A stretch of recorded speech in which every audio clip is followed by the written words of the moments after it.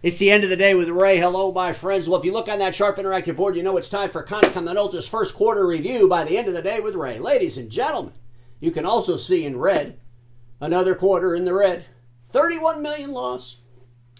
You would have thought for sure that their FY ending March of 2023, you know, the one where they had the worst year in their company history, where they had that massive impairment charge along with massive losses, the one where they had to go around and meet with their creditors because they broke the covenants of some of their notes, the covenants where you couldn't lose money more than 2 years in a row, because obviously they've lost money more than 2 years in a row.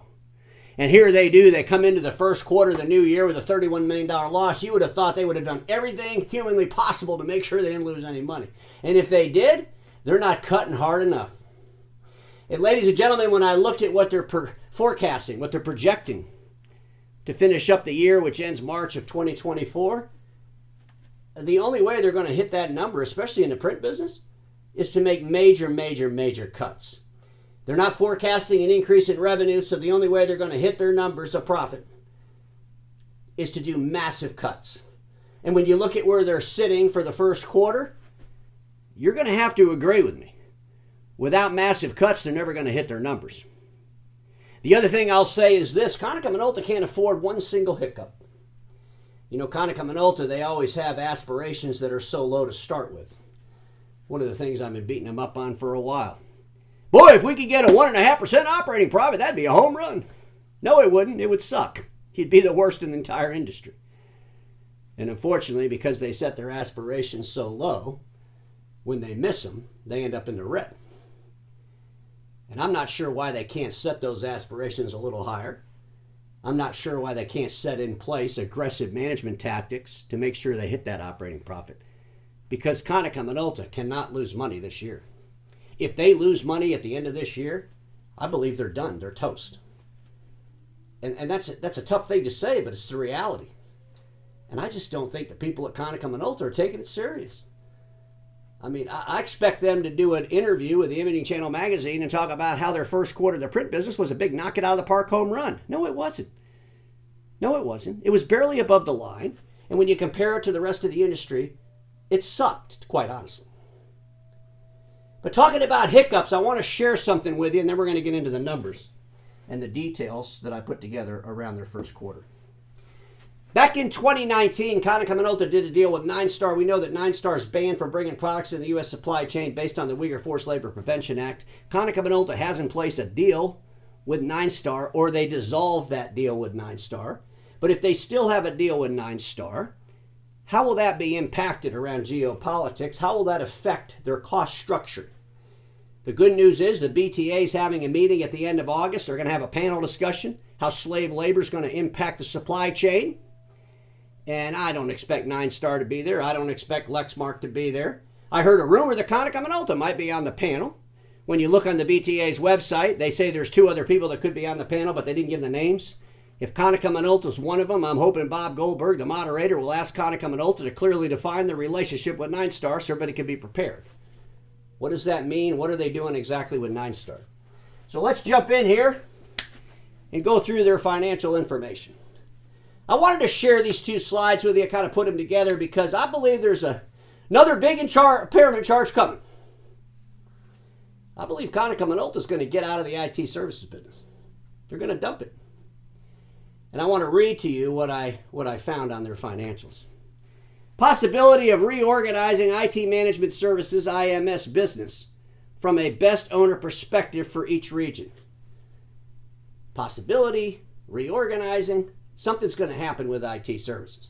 I'm sure when Konica Minolta is looking at this all-covered thing here in the United States and all the companies that Konica Minolta bought and threw up underneath that all-covered umbrella, they're probably demanding to know the numbers and the profitability. They probably came over from Japan. We got to know about this all-covered stuff. We've been watching the end of the day with Ray, and we want the details.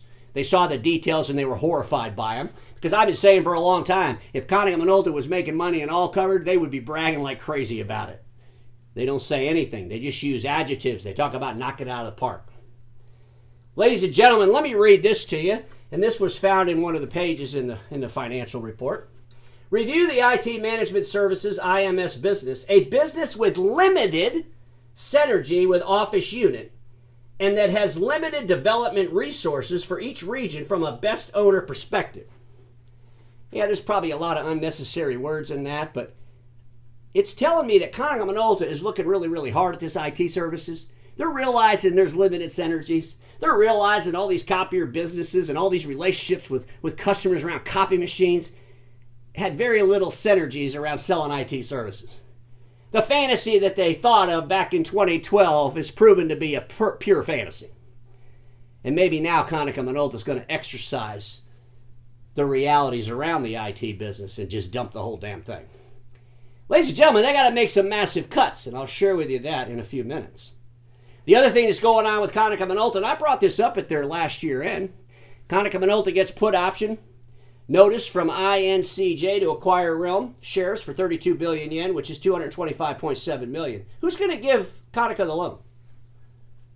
So they can exercise, so they can satisfy this put. You know, they're going to be okay this fiscal year based on that. But I'm telling you right now, they're out there trying to figure out how to do an IPO on this. Are you kidding me? Who's going to invest in that? INCJ, they're out because they said the reason they're getting out of this is based a lot on Konica Minolta's instability. They had the largest impairment charge in the company's history. They had the largest losses last year, and a lot of it was contributed to this medical business, this healthcare unit, precision medicine. So I got to be honest, you all have to start thinking about this. Who's going to give them the money for that? Be very, very interesting. Ladies and gentlemen, why is Konica's goal so low? They end up with a $31 million loss on $1.8 billion worth of revenue. And it's really sad. But in all reality, what are they doing over here? Why can't they just make any money? And you would think this would have been the quarter they would have proved to the world, we could do this. We could do what we need to do. And if you think back over the last year or so and the last couple of years, we've seen people leaving the company. I mean, they fired the president of the direct operation, or he quit, one or the other, and they never replaced him. I mean, that's a pretty big job not to be replaced, wouldn't you think? Leads me to believe they are going to dump the entire direct operation as well. But let's look at this print business, because some of you are going to say, well, Ray, they made money in the print business. We saw an article in ENX magazine. Okay, folks, first of all, they made a minuscule profit in the print business, and it'll prove to be the lowest one in the entire industry. They made a 1.5% operating profit when you put professional print and the digital workplace together. Together, the total revenue was $1.4 billion, operating profit of $20.4 million, or 1.5%. That's not a home run by any stretch of the imagination. You know, that's like a bunt that the pitcher ran up and got you out. I mean, seriously, there's nothing big good about this. And ladies and gentlemen, in the realities of IT services and the growth around cloud and all that kind of stuff, and Konica Minolta running around talking about how great they are with all those products, it's not helping them at all. You would think they'd be killing it with profitability. And they're not. And even though they had a 1.5% operating profit in the print business, the corporate etc. lost $42.3 million. I want to read to you something that I found, and just let me read this, because it is the most convoluted nonsense you probably ever hear in your life, and it really goes to play with this corporate etc. that I've been complaining about for a long time. Forex AI revenue business contribution profit and operating profit are included in industry business in FY 2022 and in corporate etc. in FY 2023. These figures in FY 2022 are included in corporate etc. in this material. Adjustments for head office expenses, some part of expenses regarding the whole corporate had been transferred to each business segment until FY 2022 and has not been transferred in FY 2023. The figures in the table are the ones after adjusting the cost allocation of FY 2022 results to the FY 2023 base as reference. They include the common expenses in digital workplace and professional print business. What? Konica Minolta, you need to take that $42.3 million loss you're showing in corporate, etc., and you should itemize that for the whole public to see exactly where that money's coming from. This is the biggest gobbledygook message I've ever read in my life. And quite honestly, this corporate, etc. account, in my opinion, is where you throw a bunch of expenses Because if you put them in the right categories, those categories would look like shit. Just saying. So you got to ask yourself a question. How much of that $20.4 million operating profit is because of, well, let's just call it the shell game with cost? Ladies and gentlemen, let's look at the print business. Professional print, they had a total revenue of $424.6 million. $104.4 million of that was in the marketing services business. We don't know what the operating profit is of the marketing services business because Konica Minolta, they only share the revenue numbers. They don't share the operating profit of each one of the categories. We got industrial print, $54.3 million worth of revenue. Of course, we don't know what the operating profit is in that one either. And then we got production print at $265.9 million. Again, we don't have any idea what the operating profit is with the production print equipment. We know that they have $6.3 million in operating profit for that entire group. And by the way, that's a 0.9. Okay? 0.9 billion yen. It's 2%. Nothing to write home about. It's actually pretty horrible when you think about it. Production print, industrial print, and marketing, those should be knock it out of the park home runs from a profitability standpoint. Professional services. What are we giving away professional services? Are we not charging for assessments as an example? I mean, what are we doing to lose the money in professional print? You might say, well, we made $6.3 million. No, that's like sitting on somebody's couch and some change falling out of your pocket. Let's look at this digital workplace unit. Total revenue of $1 billion. They had $864.8 million in office and $146 million in DWDX. Let me read what they say about the DWDX. And in the DWDX is that IT business that they're talking about, you know, reorganizing. Let me just read this to you. Strong performance in operations, optimizing service, IIM business. I put in red, excluding numbers in favor of adjectives is completely disingenuous. I mean, why don't you share the real numbers, Konica Minolta, this DWDX? This whole thing that's just sucking all your operating profit out, if you will. Because even in the DWDX, you did $14.1 million in operating profit against $1 billion in revenue. That's 1%. That's 1%.